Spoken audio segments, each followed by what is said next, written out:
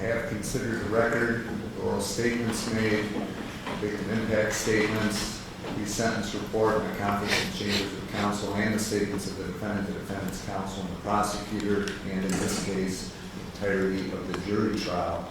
We've also considered the overall purposes of felony sentencing pursuant to Revised Code Section 2929.11, which are to protect the public from future crime by this offender and others, to punish this offender and promote the effective rehabilitation of the offender using the minimum sanctions that the court determines, accomplish those purposes without imposing an unnecessary burden on state or local government resources. I've considered the need for incapacitation, deterrence, rehabilitation, and restitution along with the public burden on governmental resources. I have considered the recommendations of the parties. I've reasonably calculated the sentence to achieve the overriding purposes of felony sentencing and to be commensurate with and not demeaning to the seriousness of this offender's conduct and its impact on the victim, and to be consistent with sentences imposed for similar crimes committed by similar offenders. In using my discretion to determine the most effective way to comply with the purposes and principles of sentencing, I've considered all relevant factors, including the seriousness factors set forth in Divisions B and C of Revised Code Section 2929.12 and the recidivism factors set forth in Divisions D and E of Revised Code Section 2929.12. As the conduct that makes the conduct here more serious, as to the murder, the offender's relationship to the victim facilitated the offense. By all accounts, they were friends before this night. Conduct indicating it's less serious.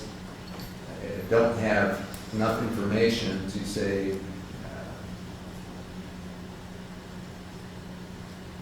that the victim induced or facilitated the offense, but under other relevant factors, it is clear, and I have considered that there did appear to be mutual fighting going on in the alley before the first shot took place. As to recidivism, the defendant does have previous juvenile adjudications. There were 4 misdemeanor cases, as well as 3 unruly status type cases, and the problem there was the rehabilitation failure accounted 8 probation violations. Factors indicating recidivism is less likely as the defendant has no prior adult criminal convictions.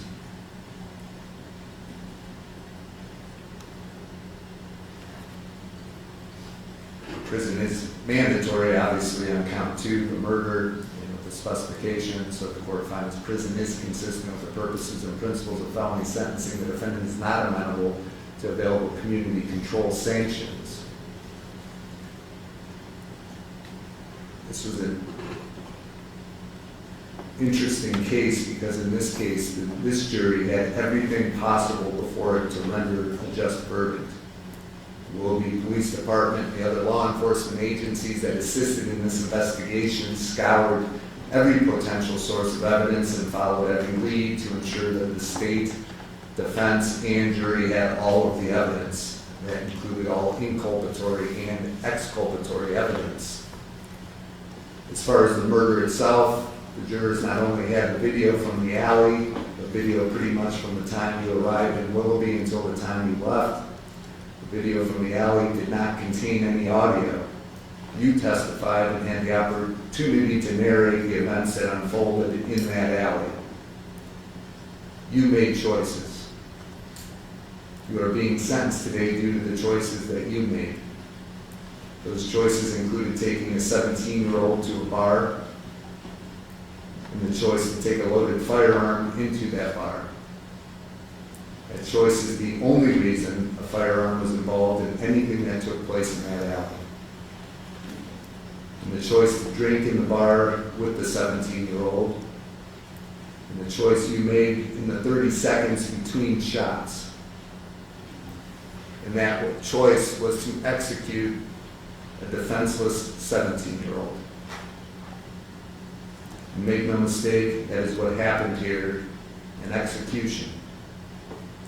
Point blank to the back of the head. followed by the choice to throw the firearm into the Grand River, and finally the choice to flee the jurisdiction. These choices have led to the sentence I'm going to impose upon you in this case. The sentence of the court is the defendant is to serve a stated prison term of 3 years on the gun specification to count 2, and a stated prison term of 1 year on the gun specification to count 3, which are to be served consecutive to each other. I believe that is mandatory pursuant to revised code section 2929.14B1G. You're also to serve a stated prison term of 36 months on count 1, an indefinite prison term of 15 years to life on count 2, and a stated prison term of 36 months on count 3.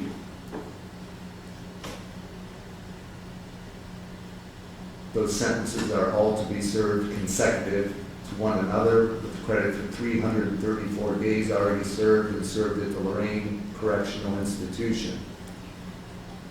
You were to forfeit the firearm involved to the Willoughby Police Department.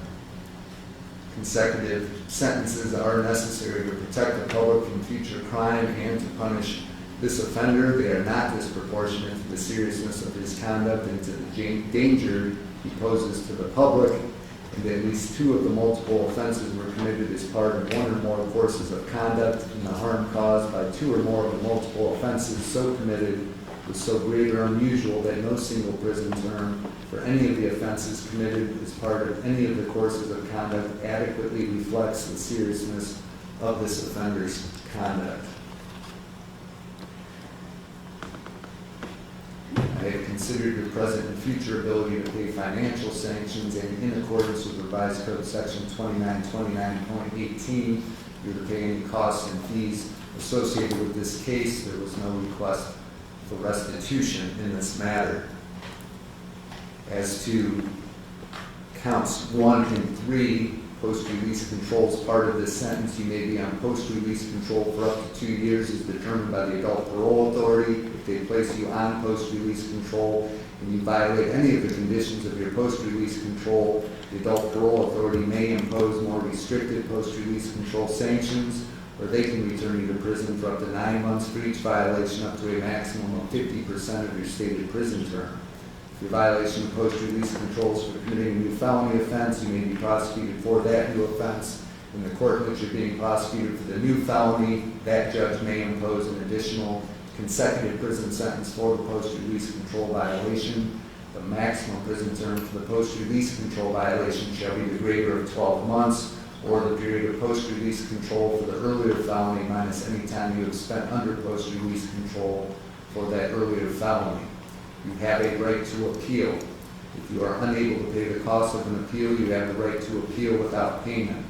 If you're unable to obtain counsel for an appeal, counsel will be appointed without cost. If you're unable to pay the cost of documents necessary to an appeal, including a transcript of the trial, the documents and transcripts will be provided without cost, and you do have the right to have a notice of appeal timely filed on your behalf. In discussions with Mr. Blake, he is asking the court to appoint an attorney. It's my understanding you did fill out the appropriate paperwork, so the court will appoint the Lake County Public Defender to prosecute the appeal on your behalf. The court does disapprove of any placement in shock incarceration or intensive program prison. Bond, if any, is released. Is there anything further from the state? No. From the defense? There. And to Isaac's family, I'm very sorry for your loss. We're adjourned.